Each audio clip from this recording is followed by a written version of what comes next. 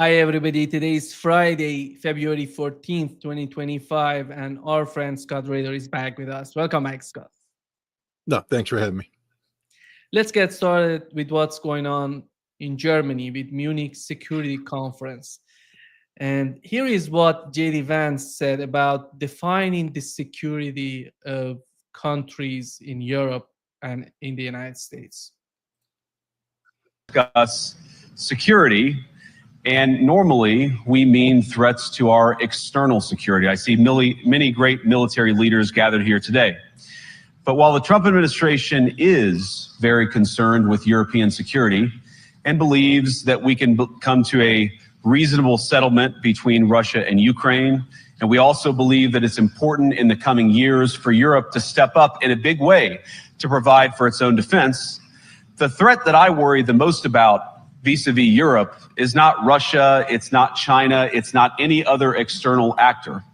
And what I worry about is the threat from within, the retreat of Europe from some of its most fundamental values, values shared with the United States of America. Now, I was struck that a former European commissioner went on television recently and sounded delighted that the Romanian government had just annulled an entire election. He warned that if things don't go to plan, the very same thing could happen in Germany too. Now, these cavalier statements are shocking to American ears. For years, Your take, Scott. How Bravo, do you find Ray, standing ovation. It's about time. Calling Europe out for the hypocrisy that it is. Europe is, look, we've had this conversation before. I don't need to get spun up on it. I am disgusted by Europe. I don't believe Europe as an entity truly exists. It's this fake thing, the European Union, that's been superimposed over nation states that have forgotten what it means to be a nation state, sovereignty. And, J.D. Vance is 100% correct. Don't sit here and pretend that you embrace democracy. I mean, we support Ukraine, a free and there's nothing democratic about democracy, about Ukraine. It's a military dictatorship, literally, in every way, shape, and form. So don't call it a democracy, but Europe's been confused about what democracy is for a long time. J.D. Vance is 100% correct to call out what happened in Romania, where the Romanian people made a choice for change. The Romanian people made a choice for change. Sovereign people of a sovereign nation. And yet Europe came in and intervened with fake manufactured intelligence, sent it up to the Romanian security services, to Romanian courts, who acted unilaterally to annul the will of the people, only to later on admit, no, there wasn't any Russian interference. None, zero, zip. They just didn't like the outcome. And now they're talking about doing the same thing in Germany, annulling a political party because they disagree with the stance that the people of Germany may take by providing their votes to this political party. Europe is this fake conglomerate of political elites and economic elites who seek to service the United States. And that's what they've been doing, servicing the United States economically and politically. But we've had weak leadership in America that lost track of the fact that we're supposed to be the bosses, and we allowed Europe to take over in Ukraine. Thank God we finally have a president who said, no, we're ending this stupid war, the dumbest of all wars, and Europe, stick it in your ear. You guys got to pay for your security. We're not. I think you're going to see in the next couple of days announcements about the withdrawal of American troops from Europe. We're done with this nonsense. We're done with this mess. Last century, we went across the ocean twice to solve Europe's problems. We're not going to do it again. We're done with you guys. Fix it yourself, especially now that you have, well, at least you had, functioning economies, but you destroyed them. You trashed them by signing up with the sanction. And if you're going to say, well, America made us do it, then that just shows how weak you are. But, America didn't make you do it.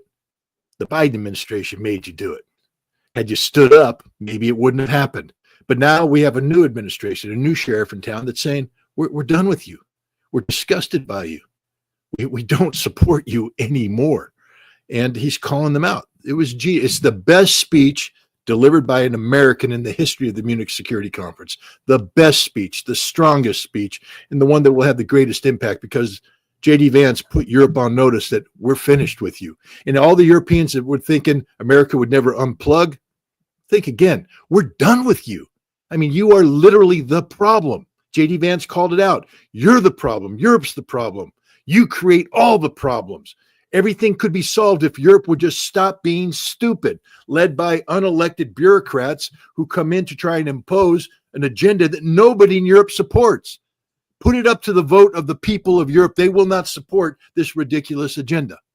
And one by one, this concept of sovereignty is returning to European states. But every time a European state dares say we're sovereign, we don't support it, they're accused of being a tool of Russia. They're attacked, they're undermined.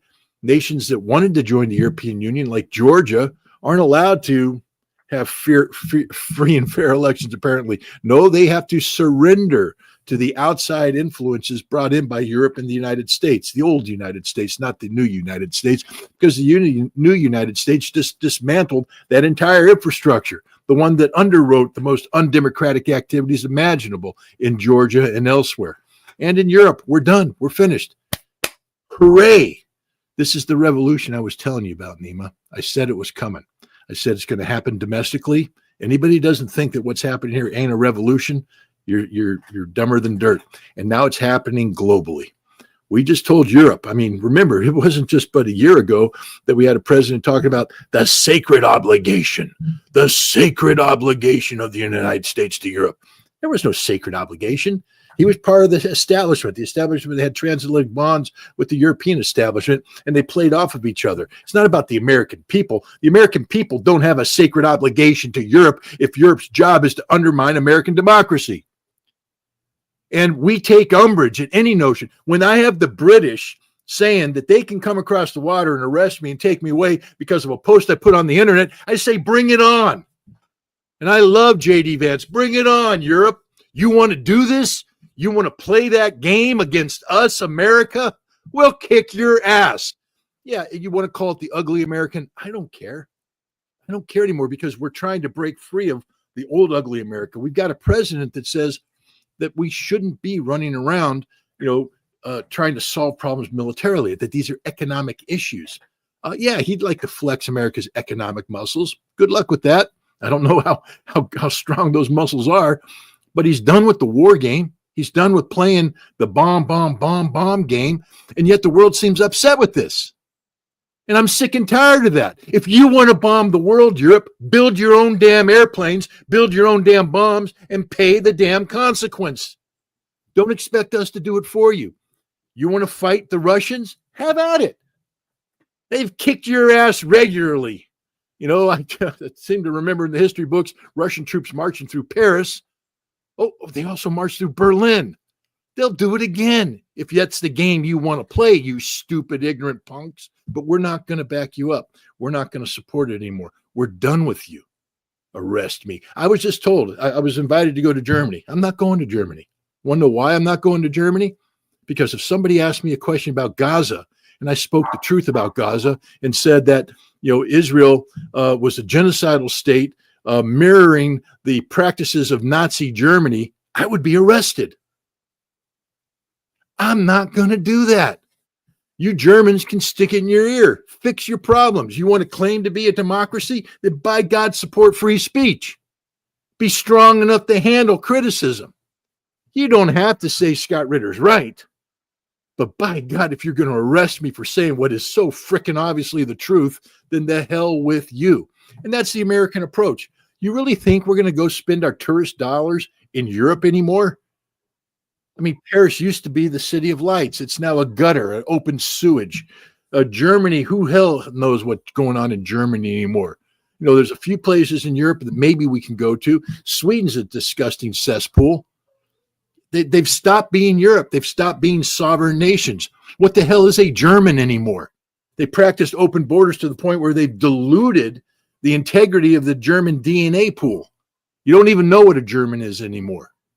And I'm not a racist. I'm just saying that there are Germans, there are French, there are Italians, there's Poles, there's Bulgarians. These are people with a proud history, and they should embrace that history. Doesn't mean you can't intermarry. I married a frickin' Georgian. You know, I'm proud of that fact. America's a nation of immigrants. I'm all for it. But, you know, she took not only the oath, but she took a test to become an American citizen. She knows more about the Constitution of the United States and basic civics of the United States than 98% of the natural born Americans, because she takes being an American seriously. She's bought into this game, who we are and what we are as a nation. If you're going to live in Germany, buy into the German game. Don't come in and say, no, we're going to have our own Sharia court. The hell you are. It's Germany. They don't do Sharia law in Germany. If you want to do Sharia law, go to a place that does it. Go to live in Afghanistan. Go to modern Syria. Go to wherever the hell you want to go. But don't go to Germany. Don't go to Sweden. Don't go to France. Those are European nations with their own culture, their own history, their own background. And they've forgotten about that. That's why there is no France anymore. That's why there is no Germany anymore, because they stand for nothing. And that the mistake was calling it all Europe. What the hell is Europe? I mean, even when it was first envisioned, we had old Europe and new Europe. You remember Donald Rumsfeld, saying, well, we don't care about old Europe. We're embracing new Europe. Well, new Europe is the Eastern nations that used to be under, Soviet rule. You know what's pretty interesting about the Eastern states? I don't agree with half their politics, but that the purest European states there are out there. Poles are Poles, Czechs are Czechs, Slovakians are Slovakians, Estonians are Estonians, Lithuanians are Lithuanians, Latvians are Latvians. For better or for worse, at least we know who the hell we're dealing with. Germans? What's a German anymore? French?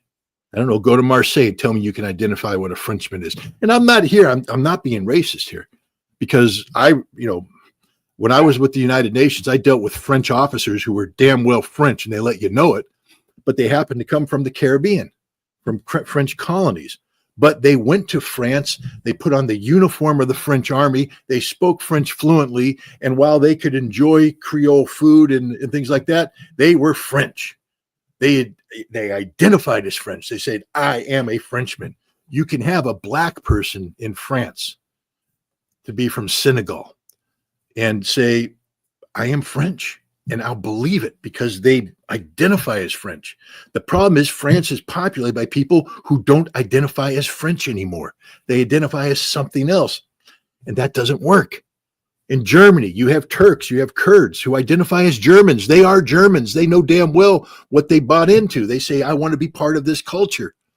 But then you have others who say, no, we're not. Well, if you're separate, then don't live in Germany. Live where you want to identify with, but don't try and bring that to Germany. It's the same problem we have in the United States. This is a nation of immigrants. And I'm so damn proud of the immigrant communities. And I respect their culture. I mean, what makes America great? I mean, just right here, I can go to an Italian restaurant, a Mexican restaurant, Chinese restaurant. I mean, the food is everywhere. We can enjoy. We just had Chinese New Year. Cinco de Mayo is a holiday that I proudly go out and watch. Celebrate. I'm not Mexican, so I don't celebrate with it, but I watch it. I respect their right to. This is the melting pot. It's beautiful. But at the end of the day, every one of these communities who embrace their own cultural identities are Americans. They believe in the American system. They believe in the American dream. They embrace the American laws. They embrace the values. And I'm proud to call them my fellow citizens. But if somebody comes in and says, no, we're doing a carve out, not in my country, you're not. You don't do a carve out in America. You don't get to create your own little whatever it is you want to call it. Go home if that's what you want. When you come here, you embrace the big picture. And Europe's lost faith with that. And I think J.D. Vance is just expressing the frustration of most Americans about what Europe has become.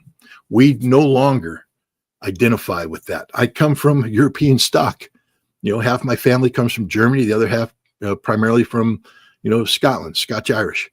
But if you're today, I don't think I could recognize Germany as Germany anymore. And I damn sure I'm not going to England because, the home of the Magna Carta, the home of freedom and all this kind of stuff, it ain't free anymore. When you have cops able to come in and kick down the door and arrest you for posting a meme online, our fellow journalist, Richard Medhurst, is under investigation because he dares speak out about bad policy in Gaza. England's not free. England doesn't represent the values that I cherish. Germany doesn't represent the values that I cherish. Europe doesn't represent the values that I cherish. The country that is actually closer to these values than Europe is Russia.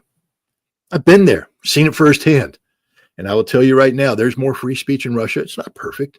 You can't get away with everything in Russia, but there's more free speech in Russia than there is anywhere in Europe today.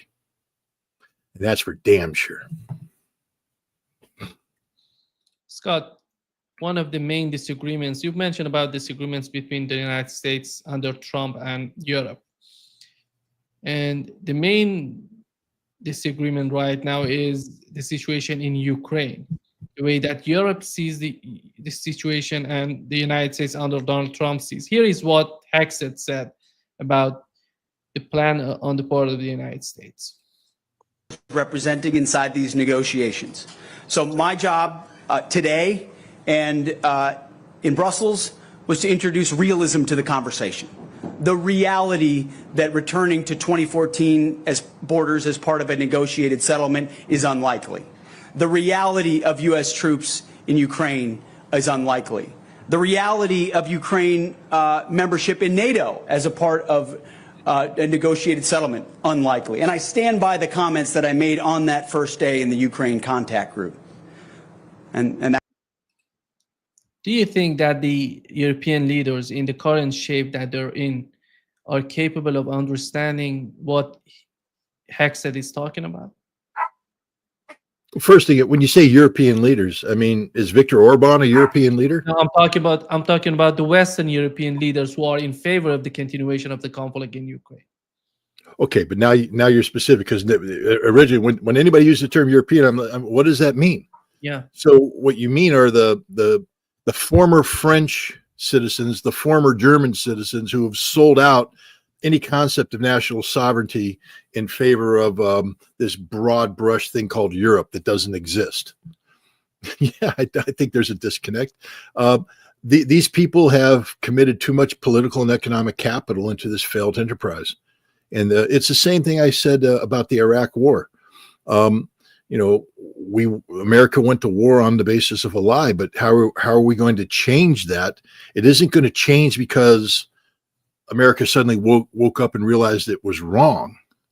It changed because the politicians who committed political capital to the Iraq problem, they had to leave. You needed, several election cycles to purify the congressional pool, so to speak, so that people could change voting outcomes and not lose their political jobs. The thing about Europe is that they don't have a common, election-based mechanism to get their officials. Each state has different things, but what you're seeing is one by one, they're falling, they're collapsing, they're being purged out. Eventually, Schultz's history. I mean, J.D. Vance wouldn't even meet with him. You saw that, right? You know why he wouldn't meet with him? Because he ain't going to be in power much longer. Why waste the time? He's a nobody. Perfect response. Perfect response. And we should do the same thing to the French. Figure it out, guys, and then we'll meet with you. But I mean, why waste time talking to Emmanuel Macron or his prime minister when the prime minister is an illegitimate prime minister shoehorned in by Macron because he can't accept the electoral results that took place in France. He can't accept the will of the people. You want America to meet with that, to endorse that. Europe will have to purge itself of these political elites, and they're not going to self-purge. They can't. They have committed to a course of action that they can't reverse away from. And so the only way they get removed is through the power of the vote. And you're seeing as nations start to regain a sense of sovereignty. And in Germany, I know it comes under a lot of criticism, but Alternative for Deutschland, AfD, is all about being German. Some people say, oh, that means they're racist. I don't know. I'm not going to buy into that simplistic thing. I'm saying they're proud of being German. Maybe that is racist. If you identify as a German, you identify as a race, perhaps, and that makes it racist. And then I can't say it's a bad thing. to identify as a German. It's a good thing if you're a German, just like identifying being a Frenchman as a French person. That's a good thing, I believe. Being Italian, that's a good thing. What's bad is saying I'm European when you're really German. What's bad is saying I'm European when you're really French. And right now you have these people that have forgotten who they are. If you're a German, you cannot support continued engagement in Ukraine because you're committing national suicide doing so. Your economy can't sustain it. You'll never build up the military, but you're committed on a course of action that's going to destroy Germany, bring harm to the German people because of some European value. There is no European value. It's just that the Europeans bought into this lie called Ukraine, and they can't disengage right now because there's no mechanism for disengagement. And the United States is just saying, and here's the thing. We don't care what happens to Europe if they can't get on board. I mean, you have this Kurs lady talking about there can't be a peace treaty, without Europe involved. Oh, yes, there can, because you don't matter. Let me remind Europe of two simple facts. You put pressure on Zelensky to change the constitution of Ukraine that said there can be no negotiations with the Russians. And then you said there will be no negotiations with the Russians. And then you said, well, there can only be negotiations when the Russians lose. And therefore, we have to build up a military and go to war and bring the Russians down. And now what you have a situation where the Russians ain't going to lose. You're not going to beat them. And the United States got tired of playing your game. So we bypassed you and went straight to the Russians and said, let's fix this thing. And now you have the Europeans and Ukraine saying, well, we demand a seat at the table. You didn't want a table to begin with. You said there will be no negotiation table. Trump and Putin sat down and said, screw you. We're setting our own table. And now you want a seat? You're not getting a seat at this table. Not at all. You can be present. You can serve us.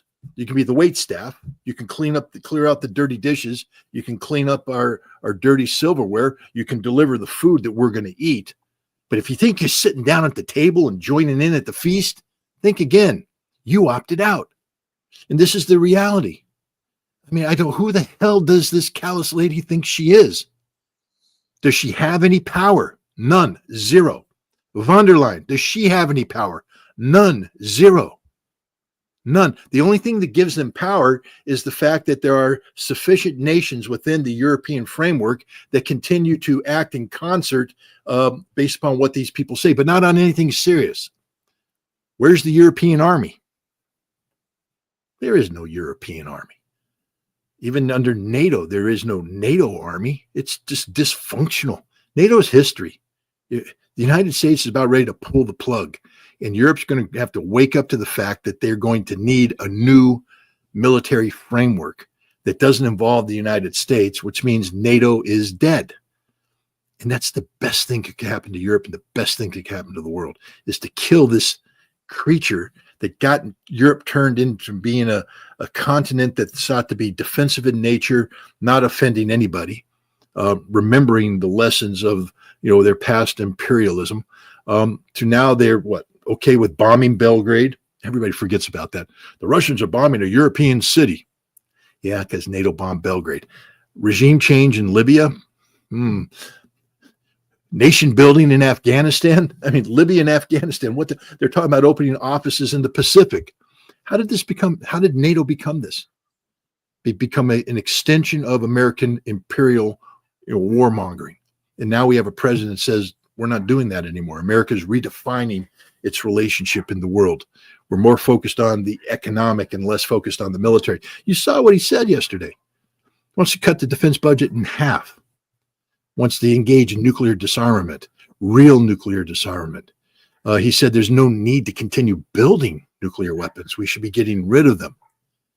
If you don't understand that there has been a fundamental sea change in how America is looking at approaching the world, then I guess you'll continue to be shocked by what's happened here. For me, I'm thrilled to death because this is exactly what I've been saying is the only thing that can save America, and frankly speaking, the only thing that can save the world. America had to redefine its relationship with the world. And Donald Trump's working on doing that. Is he perfect? Nope, not even close. Is everything he's articulating capable of being implemented as articulated? No, but it's a start. It's a start. It's a change, and it scares the hell out of everybody, and that makes me so happy. Here is what Scott Ursula von der Leyen said about Ukraine and Europe together, because they're not happy with the situation with the Trump administration, their attitude toward the conflict in Ukraine. Here is what she said. Peace through strength. Europe wants peace through strength. How can we understand? How can we interpret how they can make Ukraine more powerful? Is that possible to make them stronger than it was before the conflict started? Because the way that they're destroying Ukraine, there will be no Ukraine for any sort of, I don't know what's going on in their mind about Ukraine. How is that understandable for those people who are clapping for her? These are the same people that cheered when the Istanbul communique was trashed back in March. So you make the mistake of believing they actually care about Ukraine or trying to do the right thing by Ukraine. They condemned 1 million Ukrainians to die.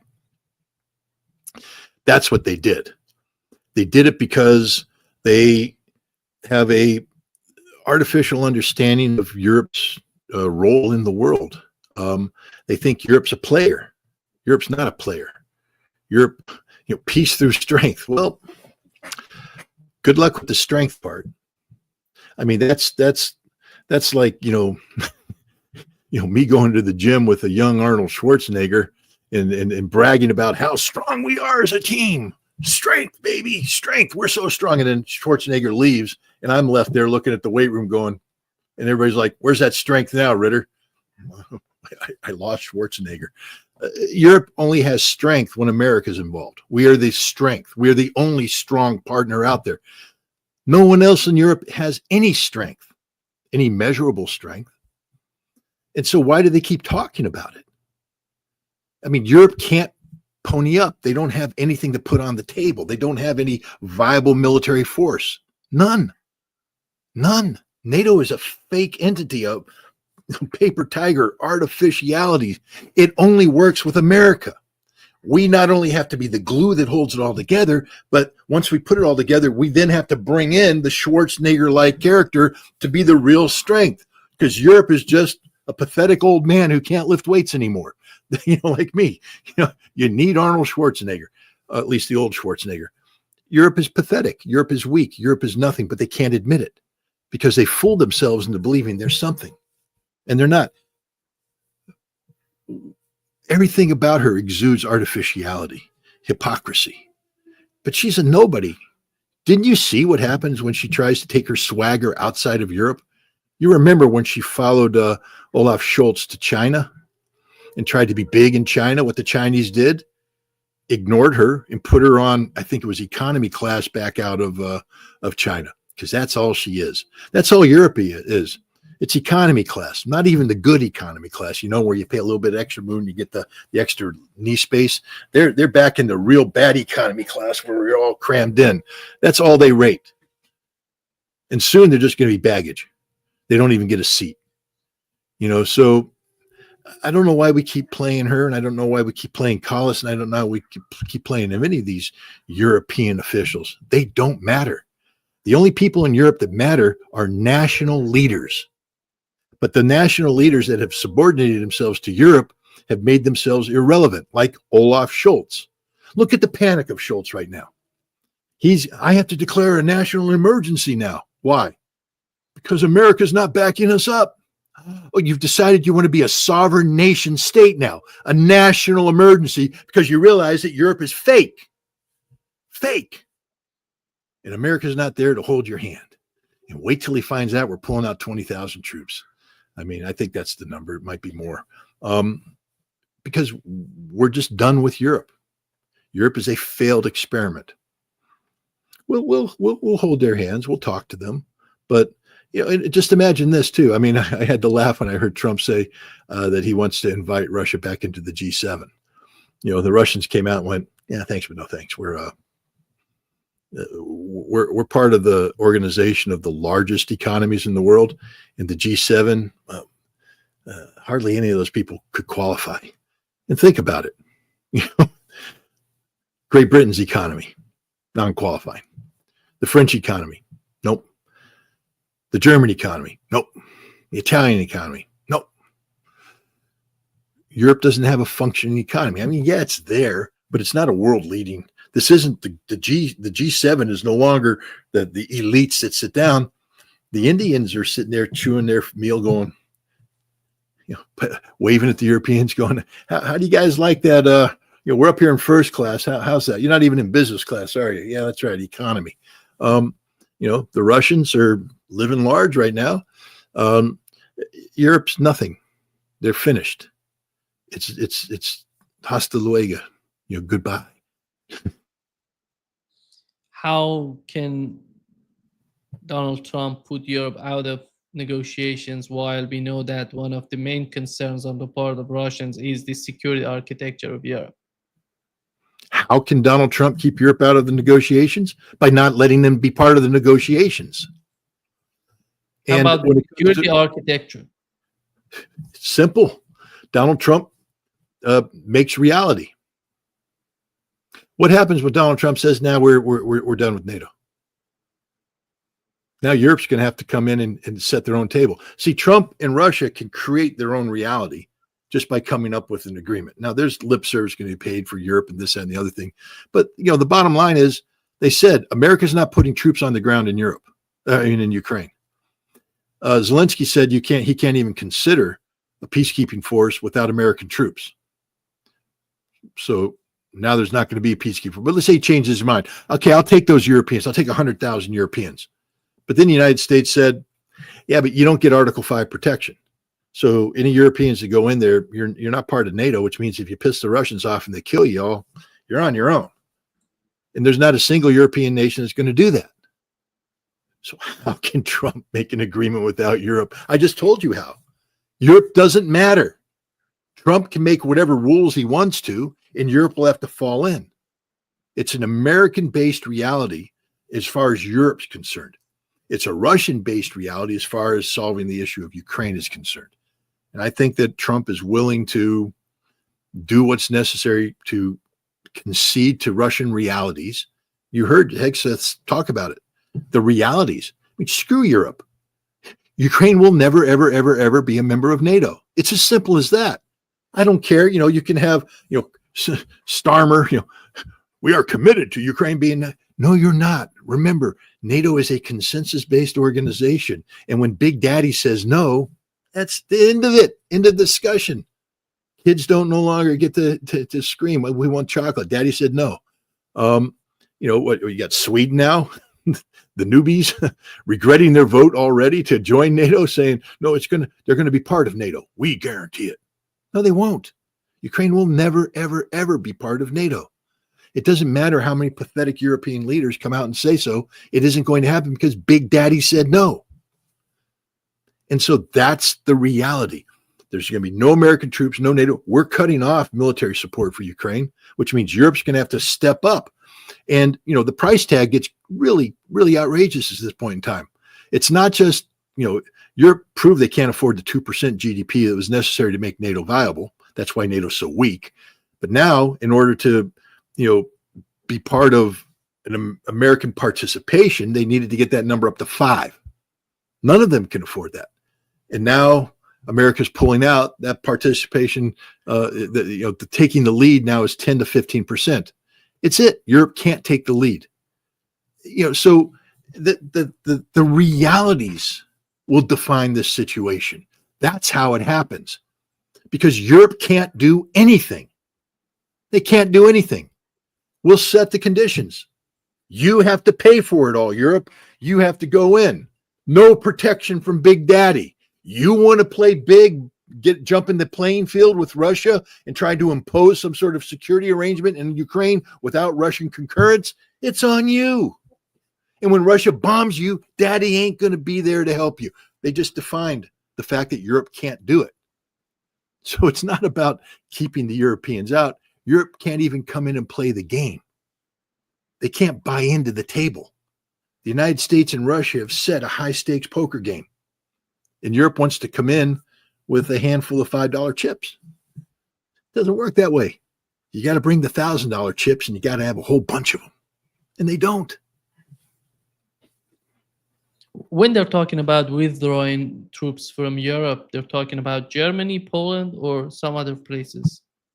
I think right now, I think the primary will be Germany. I think the way Vance was talking is that he's disgusted with Germany, disgusted with what Germany has become, and that when he was in Poland, he spoke about, maybe even more American troops coming into Poland. So I think what you're going to see is 20,000 American troops going home, and headquarters staffs that were in Germany relocating to Poland. He said that that's essential until the Ukrainian border is defined. But here's the thing about the Poles. Those troops aren't there forever. And once the war in Ukraine ends, and once the situation becomes resolved and the border becomes defined, the American troops are out. There's not going to be a permanent American large-scale presence of American military power in Poland.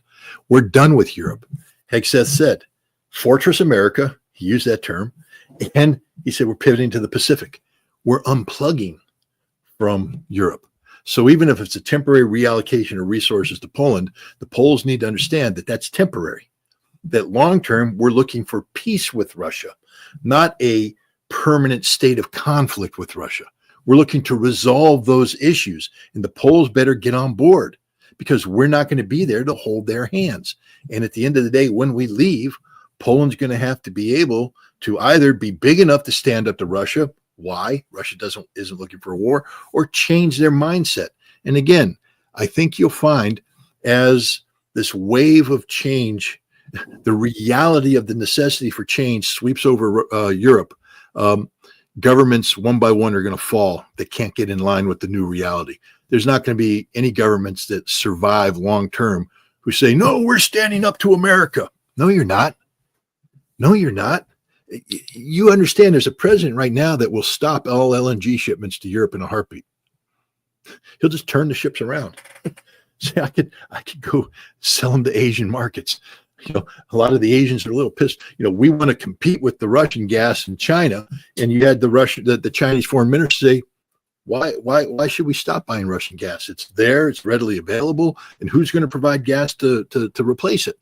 Don't tell us what to do. But the United States might say, well, we want to start competing in that market more by reallocating LNG shipments that are headed to Europe. And then the Europeans are now screwed, because A, they're going to have to buy on the spot market, which is going to make the prices explode. And B, they're going to have to buy Russian gas because there's no other alternative.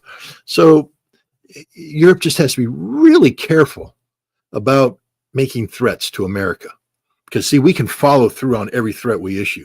They can't. They can't. Without American involvement, every single European defense industry collapses. Without American involvement, every single European defense industry collapses. There's not a single European defense industry that can survive without the Americans somehow subsidizing it, etc. Left on their own volition, they will all collapse because they aren't organized to survive as sovereign entities. We can shut down each one of the European economies. Not a single European economy or a collection of your economies can shut down America's economy.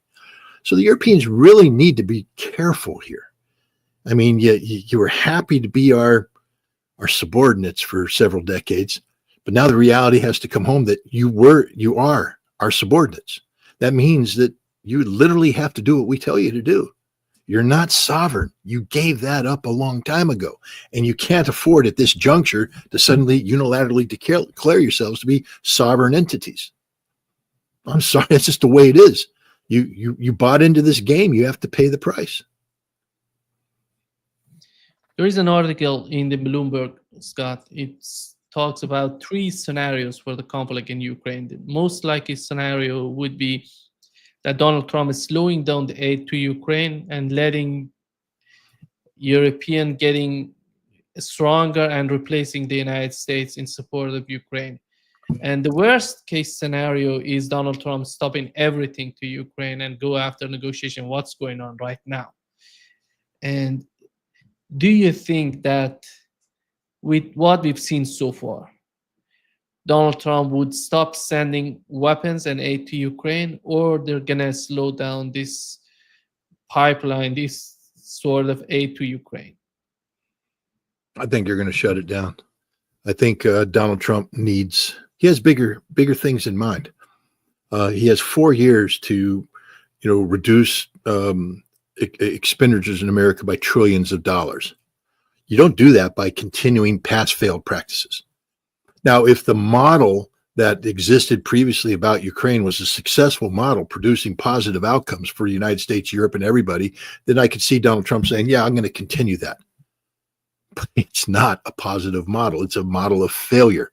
So Donald Trump's not going to double down on stupid. And I don't think the Russians are going to, again, I just point out there was a 90-minute phone call between Trump and Putin. That phone call didn't happen because Donald Trump alone wanted it to happen. It happened because the Russians also wanted it to happen, and both sides were ready for it to happen, meaning that they weren't going to allow little issues and little disagreements to get in the way of the larger picture. There's now a delegation being formed up to begin meeting with their Russian counterparts in Saudi Arabia to start framing out a larger agreement that will be hashed out when Trump and Putin meet in Saudi Arabia. That's the direction we're heading. And the Russians are smart enough to know that you have an administration that is understanding of the concept of reality and understanding of the concept of Russian perspectives. And so I don't think the Russians are going to die on a minor issue. There will be some fundamentals that can't be violated, but I think you'll find that the Russians are amenable to certain things, understanding that, for instance, when we talk about security guarantees, there won't be a European security force because, Europe can't afford it. And no European power is going to go in there. So the United States is going to have to come up with a compromise. So then the Russians will have it. The Russians are the best prepared diplomats in the world. Right now, you have the United States trying to craft together a team.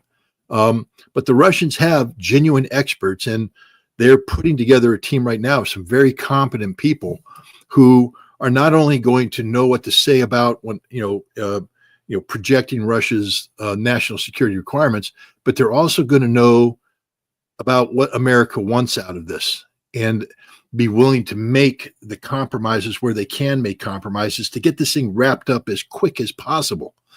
Neither side wants to go. Putin just invited Trump and President Xi to the 80th anniversary of the May Day celebration. I don't know if Trump's going to make that trip, but I'll tell you what, it would be such a great thing to have a high-level American delegation, maybe led by the vice president, in Moscow on May 9th to participate in this celebration of an alliance. This is the strategic direction we're heading. We're not headed into preserving a broken European system. We're not headed into the place where we're going to sacrifice everything because French sensibilities have been insulted. We're not going to preserve that which has failed.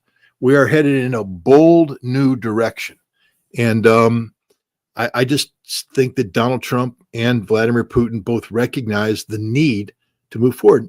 And again, the fact now that Trump appears to understand Russian realities, that, for instance, if a territory is, called Russian, it's going to be Russian. Now, I don't know. I mean, are the Russians willing to concede the right bank of Kherson as part of some sort of compromise? I mean, that damn river, the Dnieper River, causes, problems, rebuilding that bridge and all that stuff. I don't know. Maybe, and at this point in time, how many Russians are truly left in the right bank? Russian, loyalists. They've been purged, et cetera. So, is that something Russia could make a compromise on? I don't know. Only Russia can make that decision. I think Donetsk has to be totally freed. Zaporizhia and Kherson, there might be some compromises made to straighten out the line, to normalize a border there so that it's not based upon, haphazard domestic borders that, didn't have to take into account, national interests. Who knows? But I do think that the Russians right now are very realistic. They know that they're getting what they wanted. No NATO for Ukraine. They also understand that Zelensky is out, that there's going to be elections. Here's, the United States is talking about elections. The Russians will seek to control those elections and control the outcome of those elections. So Russia can concede little things up front with the understanding that down the road, with these elections that will be had, that they will get what they conceded back to them anyways. I think that's just the way the Russians are going to negotiate. Trump just wants to get the hell out of Ukraine, and he wants to do it in a way that it saves face. So, you heard Hegseth say there's going to be difficult compromises on both sides. All right. So I think the Russians are smart enough to know that they have to give Trump a victory. They have to, politically. And they're not going to sacrifice the big picture for something small. So let's see what happens, But like I said, I think a lot of these problems are going to be sorted out, in a face-to-face meeting when the Russians, the Americans finally get down. And the key thing for the American perspective is are the Russians negotiating in good faith? And I think the Russians will come in and negotiate in good faith. I think the Russians know that, if they're going to say that this is fundamental, reality-based, hard power reality, according to Hegseth, they have to demonstrate why that's the case. And they can't come in and make frivolous claims that aren't backed up by, we insist on Odessa and Kharkov. And the Trump guys will go, but you don't have any troops in Odessa and Kharkov. I mean, in Kharkov, you got some troops, but, you're going to have to get your troops out of Kharkov. But again, the Russians may say, if we're going to give up the right bank of Kherson, then you're giving up, the area around Kharkov that we currently occupy. That kind of exchange. And every Ukrainian in Kursk will be dead before Russia does any exchange on that. That just isn't going to happen. Russia might be able to play ball with the Novorossiya, trading territory to clean up the boundaries. That's a reality of most conflicts. Even at the end of World War II, you saw Stalin, changing the map of Europe to create new realities. But Kursk, there won't be a single living Ukrainian in Kursk by the time this thing is done. That's why there is no ceasefire. That's the other big thing that people don't seem to understand. These negotiations are taking place while the Russians continue to, create new realities on the battlefield. And this puts a sense of, and I think it's done deliberately by the Trump administration, because this puts pressure on the Ukrainians. Every day, a negotiation without conclusion is just more territory lost. And the Ukrainians realize you can't just wait this thing out, or else the Russians are going to take everything and you're going to get nothing. And so the Ukrainians will, be called upon to do certain things. There's talk that the Ukrainians were starting to print ballots for a presidential election. It'd be interesting to see, if they held an election while the negotiations were still taking place, and what would happen if Zelensky was voted out. So this is we live in interesting times right now, but I do believe that the Trump administration and the Russian government are going to negotiate in good faith to bring this conflict to an end. In the same article that I've cited here from Bloomberg, it says that Zelensky has some sort of bargaining position in terms of what's going on in the Kursk region. What's the situation there, Scott, that they're arguing this way? Because there's still Ukrainian troops dug in Kursk. So they make the argument that because the Ukrainian troops are there, therefore there's some leverage. That only works if there's a ceasefire that freezes the line in place. The Russian perspective is Kursk is ours. Every Ukrainian there will die. And we're not going to allow any situation that ends other than that. So if Ukraine wants to continue to so far the numbers of sacrifices are closing in on 60,000 dead. 60,000 dead in the Kursk incursion alone. And the Russian perspective is, you're never going to get Kursk. We're never going to agree to that. And if you want to continue to put troops in there, we'll just continue to kill them until they're all dead. That's the reality of it. In the West, we bought into this romanticism that somehow, the brave Ukrainian incursion into Kurs has created a permanent situation that will enable Ukraine to trade Russian territory for Ukrainian territory. Dream on. That literally is one of the realities. And that's why Russia will never agree to a ceasefire. Because when this conflict ends, every Ukrainian will be out of Kursk. The only Ukrainian left in Kursk will be dead bodies. They'll be policed up and returned to the Ukrainians after the fact. But the idea that Ukraine is using Kursk as a negotiating leverage is it's just a non-starter. It isn't happening. It doesn't exist. Bloomberg can write about it all they want. The Wall Street Journal can write about it all they want. But I can tell you right now, the perspective from Russia is they don't even consider it. Talk to Abdi Aladanov, one of the Russian commanders in the region. It's not even on. It's not even on on the menu. It's not a possibility. The only possibility for the Ukrainians that are in Kursk is death or surrender. And it's increasingly becoming difficult to surrender because the Russians are just coming and saying we're fed up. Especially now that they're uncovering atrocity after atrocity after atrocity, as these Ukrainian occupiers are killing the Russians that stay behind, mainly elderly, women, children. The Russians, as they liberate these villages, are finding them in the basements, murdered, raped by the Ukrainians. I just don't think there's going to be too many prisoners taken anymore. If you're Ukrainian in the Kursk region, you might want to go home. Is there anybody in the current administration believing what Zelensky is talking about here? Trump, No. that he's preparing the war against NATO countries next year. And I think so. But I don't know. I don't have 100. God bless. We will stop this crazy guy. Which NATO country they're going to attack next year?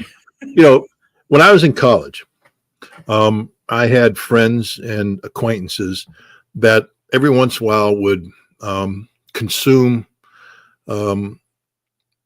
substances and then sit there and start to talk.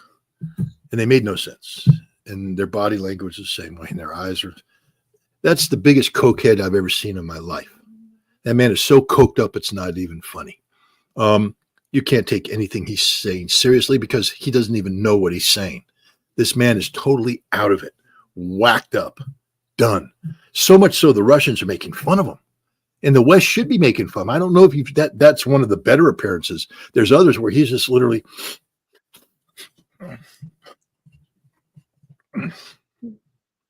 I mean, the man is gone, finished. And yet we still pretend he's somehow the legitimate leader of a sovereign state. Scott, here is what it seems that Donald Trump and Vladimir Putin would talk about: Ukraine, the West, Asia, energy, or artificial intelligence, a lot of issues that they want to talk about. When it comes to the West Asia, what would be the main concern that Russia and the United States can bring some sort of sanity to that? When you say West Asia, what are you talking about? I'm talking about specifically about the situation in Gaza. All right, because to call Gaza West Asia is new terminology. Yeah, politically correct terminology. And I'm old school. I'm not saying that it's wrong. I'm not trying to be disrespectful with anybody. But to me, West Asia has a completely different meaning. We're talking about India, Pakistan, Afghanistan, Southwest Asia, but Gaza. Yeah.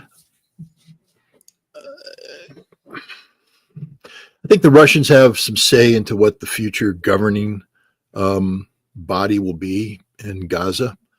The Russians recognize the impracticality of insisting that Hamas remain in charge as it's currently configured and labeled. That's a political impossibility, and the Russians deal in the world of reality, which is why the Russians brought 14 different Palestinian groups together in Moscow to try and come up with a this new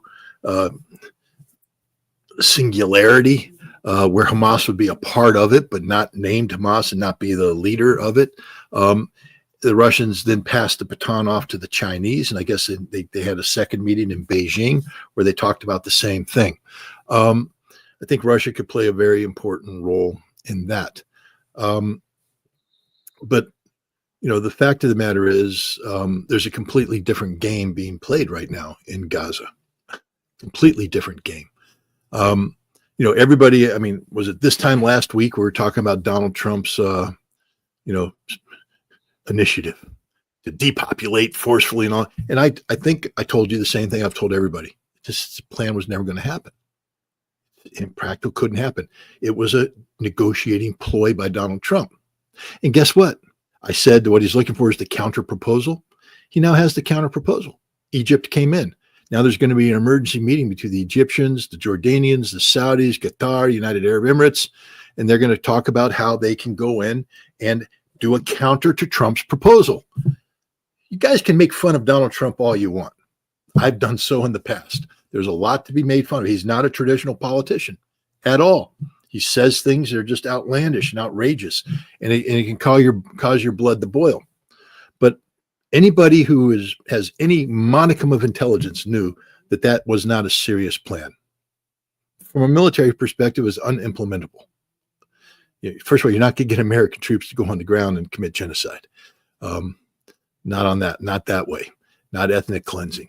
Plus, you need 100,000 of them, which means you need 300,000 of them. We just don't have those troops. We're talking about pulling 20,000 out of Europe because we need to get them over the Pacific. We're not going to just suddenly suck the entire life out of our Pacific initiative to occupy Gaza illegally and commit genocide. It was never going to happen. But the whole purpose of it was to give Trump the ability to put leverage on Middle Eastern leaders who never before would have stood up to help the Palestinians. You guys can say what you want about Donald Trump.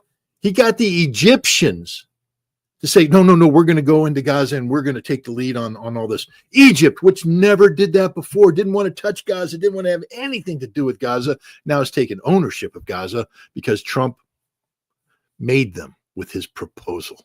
And Egypt had to come up with a counter. Did you see the Jordanian king sitting next to Trump?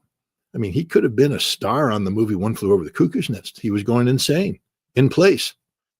Couldn't keep his eyes up. His face was twitching. He was because he was understanding that if he did what Trump wanted him to do, he was a dead man walking. He couldn't even return to Amman because they'd pull him off the airplane and kill him. So he agreed to one thing. I'll take 2,000 Palestinian children, but Sisi, do something. And Sisi's like, I ain't even talking to Trump. Screw it. I'm going in. We're committing now. Preempt this thing. Go in. And Trump went immediately. Marco Rubio went, that's what we're looking for. Counter proposal. Now we got something to talk about. Again, all the people that blew up. I got so much hate messaging. I don't care. This is what people don't have to understand. I don't care because I know I'm right. I'm an analyst. I do this for a living.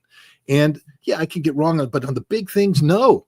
This was never going to be that. He was looking for the counter proposal, and now he got it. So for all the people that threw their hair out, blew their faces up, called everybody who didn't demand Donald Trump be killed by Palestinian terrorists and defense, take a chill pill. Just relax. You know what's not happening in Gaza right now? Genocide. And the people that were running against Donald Trump to be the commander-in-chief of America, they were practitioners of genocide. You know who's not at the table with the Egyptians talking about the future of Gaza? Israel. So for all you Trump haters out there, and there's so many of you, who say, hey, he surrounded himself with Zionists. Yeah. Keep your friends close, but keep your enemies closer. Who's the closest people to Trump right now? The Zionists. But where are they in Gaza? Where's Israel in Gaza? Where's the Israeli military? They used to have that Kogat, that military civilian occupation force that oversaw every aspect of life in Gaza. It's not going to be meeting with the Egyptians about it. Kogat's finished. The Israeli occupation is done. Trump announced that when he announced his policy in front of Netanyahu, another man who was white-knuckling it through the whole thing, going, what the hell's going on here? Because Trump's just playing by his own game, his own rules. Miriam Adelson gave him $100 million. Yeah. And Israel's not going to have anything to do with Gaza going forward. A lot of good that money did, right? Because Trump's doing what Trump needs to do to create the conditions for the peace that Trump wants, not the peace Israel wants, not the peace the Zionists want, the peace that Trump wants. Because you can sit there and make fun of him all you want. MAGA, make Israel great again. Screw you. It's make America great again. And wake up to that reality. Donald Trump's going to do what's best for the United States of America. And the best thing to happen for the United States of America is to end 50 years of failed policy.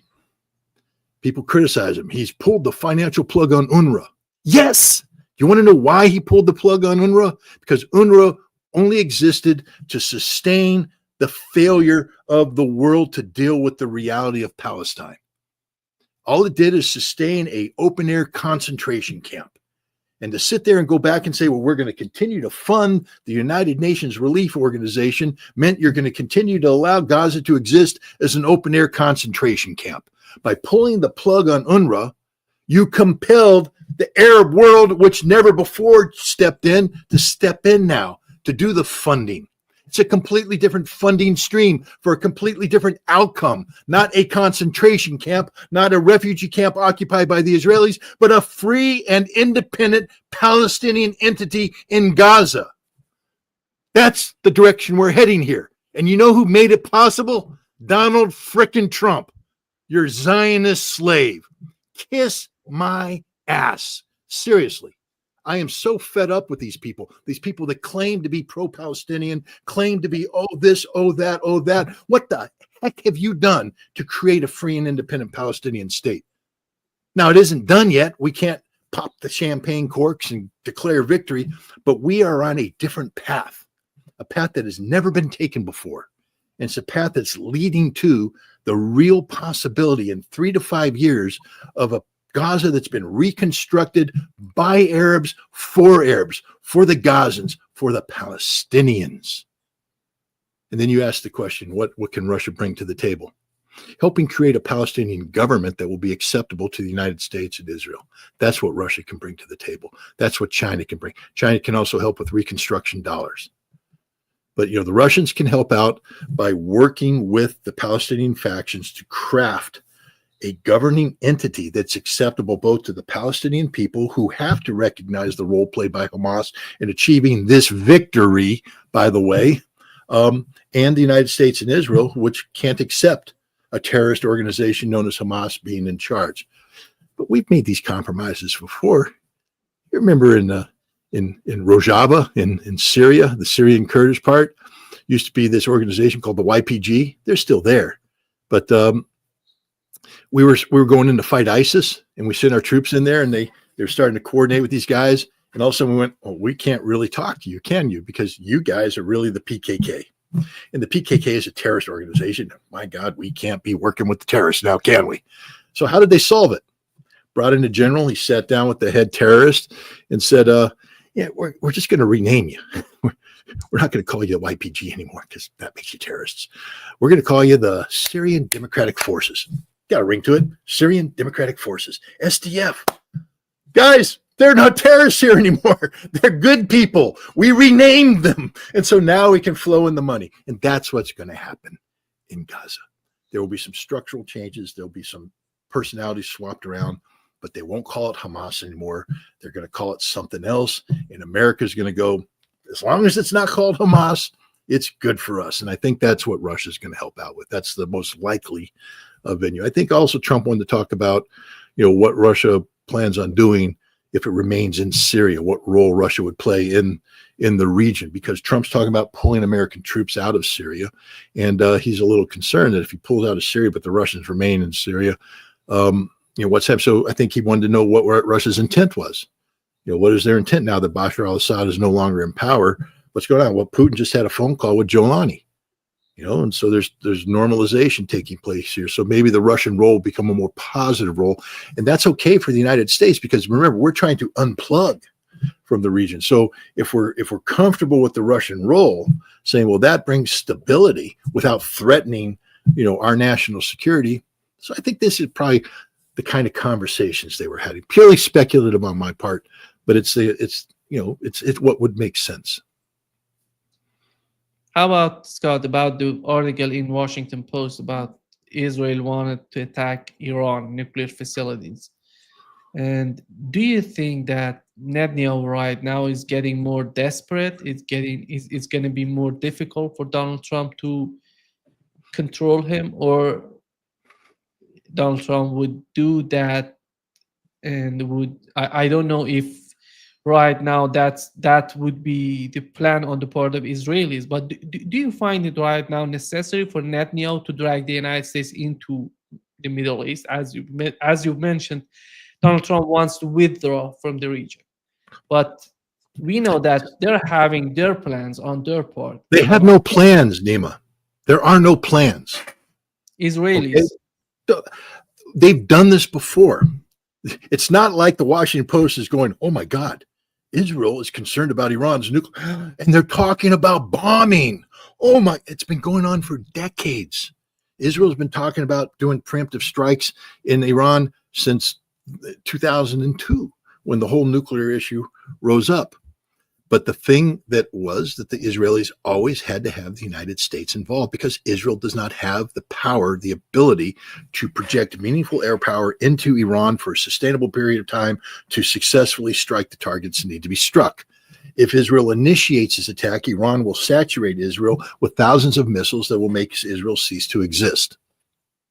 So the only way that Israel can pull this off is if America joins in. And America's not going to join in. It just isn't going to happen. This is a story that gets told all the time by reporters who are trying to shape agendas. Benjamin Netanyahu will not unilaterally attack Iran, especially at a time when the President of the United States is talking about engaging with Iran diplomatically to resolve differences over the nuclear issue so that, Iran can join BRICS and join the family of nations and things will become normal again. That's the strategic direction that Trump is headed. And, he has basically taken a preemptive strike on Iran off the table. He won't ever admit to that because that's, part of the negotiating strategy. But I think people have to stop pretending that Netanyahu has any power or influence. I just refer you to your good friend, Jeffrey Sachs, whose videos were posted by Donald Trump on his social media account, saying that Netanyahu is the scum of the earth. He's a betrayer. He's put America in a bad position. He got us involved in these wars, that wars. Why would Trump do that if he's going to sit around and allow Netanyahu to take him down another war, an even bigger war in Iran? People have to start using their brains here. Just because it appears in the Washington Post doesn't mean, in fact, if it appears in the Washington Post, it probably means that it's pure propaganda, that it's designed to create a perception about a need that there isn't a need for. The United States is not in the business of bombing Iran right now. It's the last thing we want to do under Donald Trump. It would require a tremendous allocation of military resources. Again, resources that we want to allocate to the Pacific. Hegseth said our priorities are the American fortress and the Pacific. If you have to put 300,000 troops in Gaza, those aren't your priorities anymore, which is why it was never going to happen. And if you're going to start a war with Iran that's going to require us to commit military forces to secure the Strait of Hormuz, to defeat Iran, because once we initiate this, it isn't going to end overnight. We're talking about 500,700,000 troops. Where are they coming from? We don't have that big of a military. There's talk that we can't even win one war. It used to be we had to fight and win 2.5 wars. There's talk now that we can't even win one war. And then we're going to go wasted on a war of choice against Iran when there is a viable window of opportunity for negotiation. Come on, people. They just have to start using your mind. It isn't going to happen. Netanyahu is a bug. Donald Trump is a thumb. Anytime the thumb wants to, it can crush the bug. Scott, you've mentioned China, Russia, and the United States. We know that the bigger picture for Donald Trump would be these three superpowers getting together and finding some sort of solution for, at least for the, as you mentioned, with in the various talks that we did about the arms control and the new treaties, that China would be part of those treaties, not out of those treaties. How do you see the possibility of having that? That would be hugely game-changing. Would it? Would it be hugely game-changing? I'm not mocking you. I'm just saying, are you finally waking up to the fact that Donald Trump is a game changer? I mean, all the losers out there just saying this and that. And he's talking about changing the whole way the world works. And only he could get it done, because the United States is such a major player. You have the Russians and the Chinese that appear to be willing to do something, to work, but it was always the United States that wouldn't do it because the rules-based international order, American hegemony, America must lead, America's in charge, America's this, that, and the other thing. And Trump's coming in saying, no, all you critics of what's going on in Europe today understand that that's part of a bigger picture of how we interact with the world. And it's changing fundamentally. And what he wants is basically to create the big three. Now, I think Modi in India might have some issues with that. India might have to become the modern day version of France, where you're carving up Germany at the end of the war, and the Russians are going, we're here. The British are going, we're here. And the Americans are going, we're here. And the French are going, but what's about us? We're here too. Oh, yeah. Okay. Give the French a little bit thing here. So we might have to make room for India. I don't know. I hope the Indians watching this don't get mad at me because they are a big power. They are. But in Trump's mind, although Modi was just there, I mean, think about it. Of all the players, has he met with Putin yet? Has he met with Xi yet? No. He pulled the chair out from Modi and pushed him in. All right. So he's met with Modi. So Trump's not stupid. Trump's pretty damn smart. And what he wants is to get together and he looks at the problems of the United States. $34 trillion, $36 trillion. Hell, who the hell knows? We found out that America can't account for anything anymore, so it could be whatever the hell we want it to be. But we do know that left unchecked because of interest rates and everything, it's going to be $54 trillion before we know it. And then it just gets out of control. It's already out of control. And he wants to bring it in control. And one of the ways you do that is to bring control on defense spending. He said, I want to cut the defense budget in half. That's easily done. Hell, I've written about this in the past. It's the easiest thing in the world to do once you just accept the necessity of doing it and not being afraid to step on toes of people who make money for doing nothing. Because right now, a whole bunch of our defense budget is giving it to people who do nothing to promote the defense of America. One of the biggest wastes we have out there is the nuclear weapons enterprise. We just spend a lot of money for a weapon we can never use because if we use it, we all die. And to accept this is the insanity of the United States for so long, is to say, well, we have to have it. But the problem is if you have it, then you got to use it. Remember, it was Biden administration that said, we're ready to have a nuclear exchange with Russia. They're ready to have a nuclear war with Russia, stated by a nuclear war planner and strategic command, acting on the instructions given to him by the Biden administration. This was in November, ladies and gentlemen. The United States was ready to have a nuclear war with Russia. That's insane. The literal definition of insanity. Thank God we have a president now who's saying, no, no, we need to get rid of these weapons. It's a difficult path. The Chinese have already come out and said, thanks, but no thanks. You and Russia got these huge nuclear arsenals. You guys work on getting your arsenals down, and then we can talk. You lead by example. Well, the easiest thing Trump can do right now, and I'm a strong advocate of this, is when he starts talking to the Russians, because remember, under Biden, we weren't talking to the Russians. There's one arms control treaty left, the New START treaty. It expires in February of next year. If it expires, there's now no constraint, and we will have an arms race that'll bankrupt everybody involved and make nuclear war all but inevitable. So the easiest thing Trump can do right now, once he begins talking with the Russians, see, you have to solve the Ukraine problem. And then you have to tell the Russians, we no longer have a policy seeking your strategic defeat. That policy used to be implemented via proxy in Ukraine. Once we solve that problem, then we have to convince the Russians that we're not looking for another vector to strategically defeat Russia, that we aren't in that game anymore. And once we do that, and the Russians believe that, then we can come in and say, let's talk arms control. But the first thing we have to do is extend New START by 5 years. get that extension in there. What that does is it prevents an arms race. And then we can sit down with the Russians and say, how do we cut? And meanwhile, you send a signal to the Chinese saying, look, we extended it, we've frozen it, now we're talking about cutting it. What we need you to do is slow down. We're not in a treaty relationship with you yet, but stabilize find a number that you're going to stabilize at so that we have a mark we can bring it down to.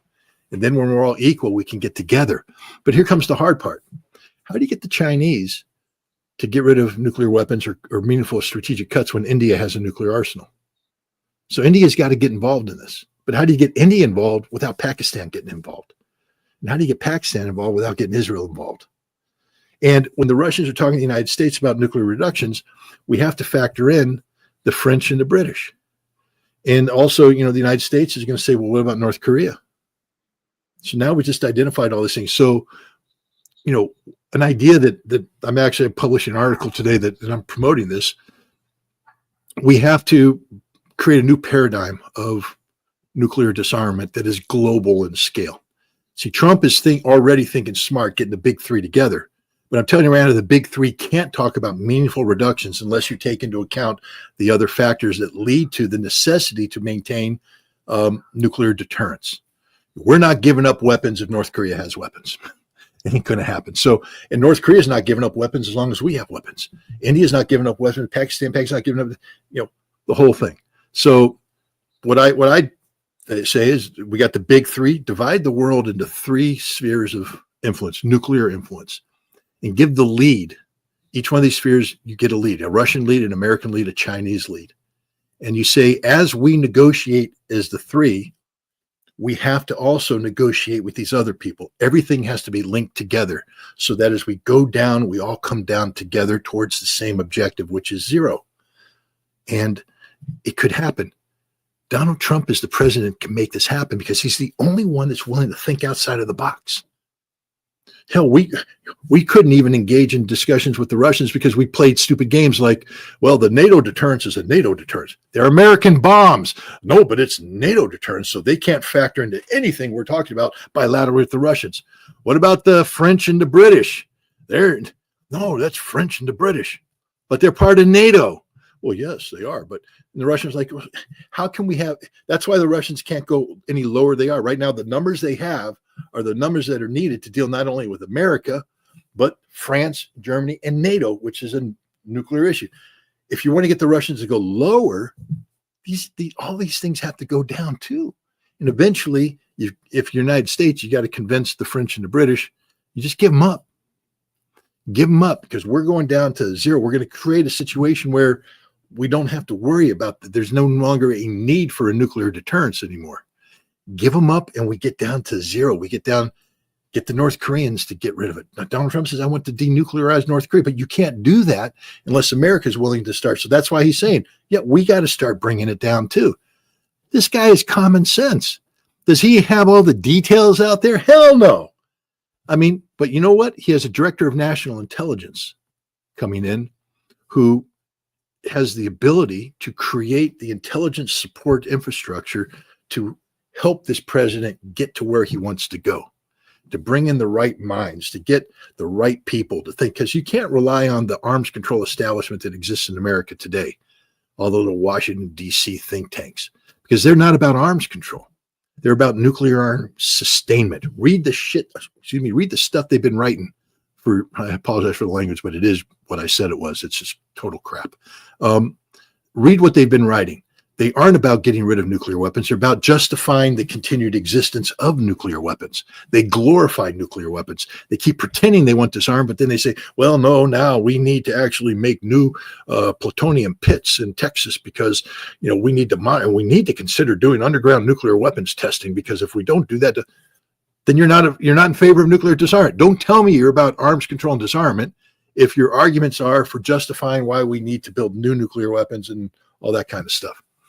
So he has to jettison all that. That's the establishment. That's the deep state. They're linked to the military-industrial complex. They're linked to the nuclear weapons establishment that has hijacked national security. We now have Doge going in and starting to clean things up. Wait till they start looking at the nuclear enterprise and they see how much money has gone down that wasteful garbage heap. Tulsi Gabbard can build a new infrastructure to support this president. This president wants to do the right thing. And Aaron Mate gets full credit for this. He posted those words out there, but he said, this isn't going to happen because this is literally taking on the establishment. This is taking on the most deeply entrenched part of America. This can't happen without the support of the American people. And we have a president that knows how to mobilize the American people. This is a man that can go out there and hold massive rallies. And imagine if he started going around the country talking about getting rid of nuclear weapons, about disarmament, about making America safe again by getting rid of these weapons, and he'd get the public up. The political support for continuation of the nuclear enterprise will dissipate, will go away. This is the president that can do it. He's the only one that could do it. Joe Biden ran on a platform in 2020 of what is called the sole purpose doctrine. The sole purpose of America's nuclear weapons is nuclear deterrence and not anything else. It would have gotten us away from any concept of nuclear preemption. He ran on that, said, I wanted to do it. Then he became president, and instead he puts out a national security guidance and a nuclear posture review that just keeps the old preemption in place. We had a reunion of INF treaty inspectors and negotiators, the original hardcore arms control people of the United States, the guys who actually did something in arms control. I'm proud to be part of that community. And we had one of our old colonels stand up and ask the question of the Biden administration's lead arms control person, why? How did this happen? This is the president. This is what he said. And the answer was, the interagency isn't ready for this yet. Well, what is the interagency? I didn't vote for them. No American voted for them. It's the deep state. The deep state wasn't ready for the commander in chief to issue a directive saying, make it so, which means the commander in chief's not in charge. We now have a president who has the ability to say, I will terminate you. And now you have the whole deep state going, you can't do that. It's illegal to do that. I think it was Andrew Jackson that told the Supreme Court, when they opposed it, and they were right to oppose it. We're talking about the Trail of Tears and the crimes committed against the indigenous Americans. But he turned to the court. He said, enforce it. You made your ruling, now enforce it. They can't. They can't.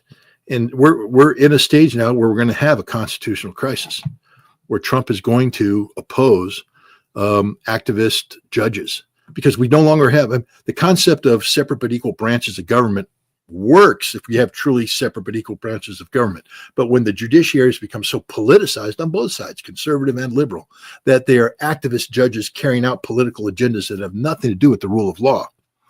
And you're a president who operates on the unitary executive model like Donald Trump, he's going to tell the courts to pound sand and enforce their laws and dare them to do so.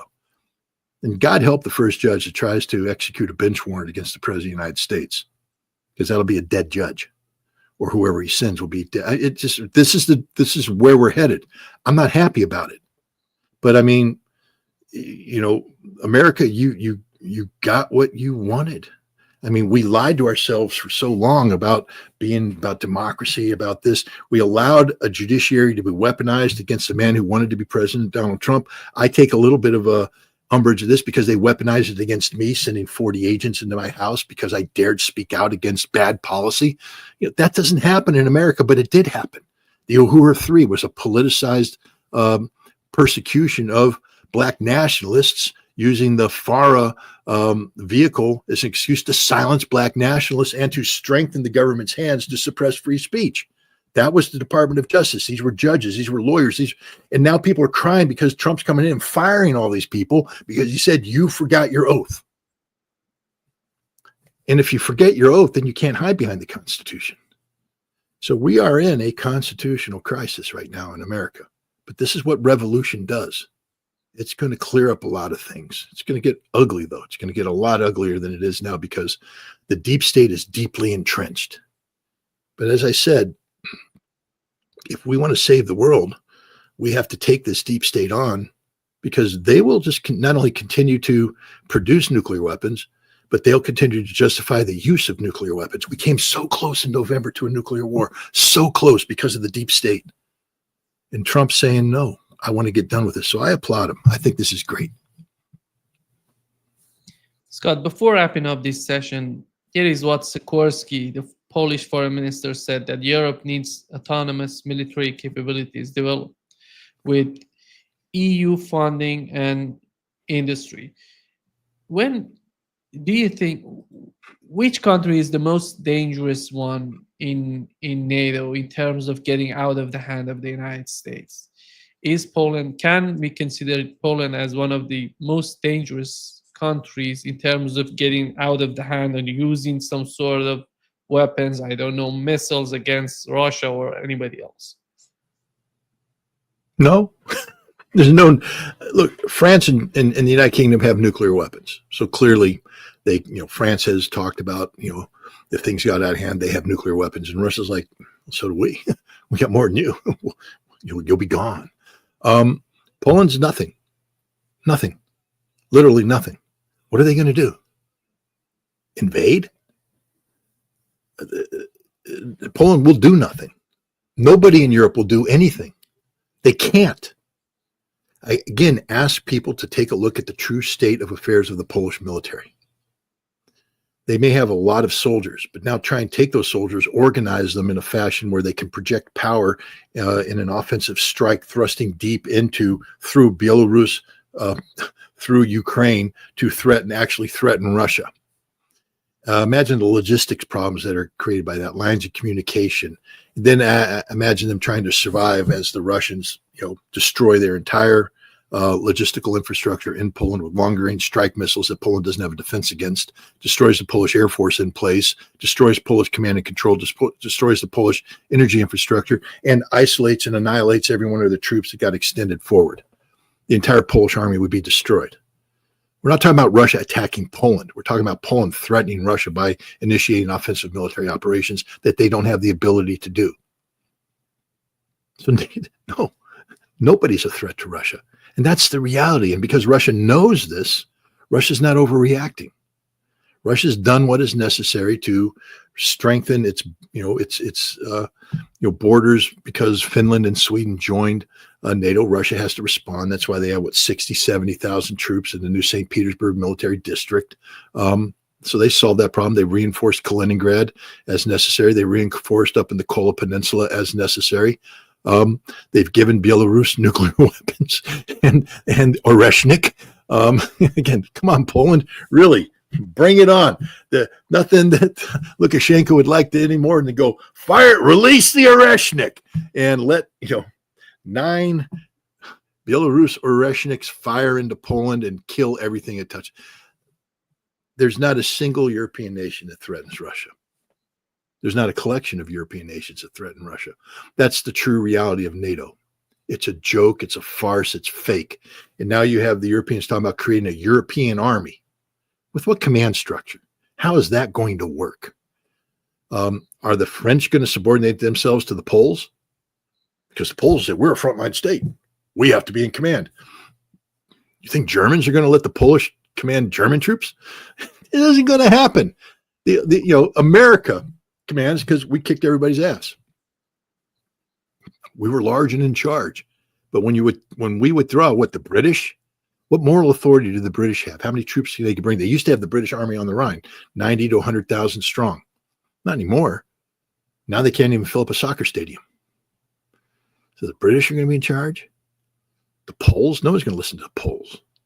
The French, they've got nothing. They can't bring anything. The Germans, they're confused. There's going to be an election coming up, in March? And AfD may win. And when that happens, God help Europe. Because you think J.D. Vance, put a turd in the punch bowl with his speech in Munich? Wait till AfD says, yeah, we're out of the European Union. And then now Sikorsky's great plan for there will be no more Europe. Germany withdraws from the European Union. It's dead. It's gone, finished. So it's all fantasy right now. It's just stupid. Sikorsky's the same idiot that posted a photograph of the gas bubbling up after the Nord Stream attack and said, "Thank you, America." This is the level of intellectualism that we're dealing with here. So why do you take anything this man says seriously? He's not a serious player. He's a Russophobe.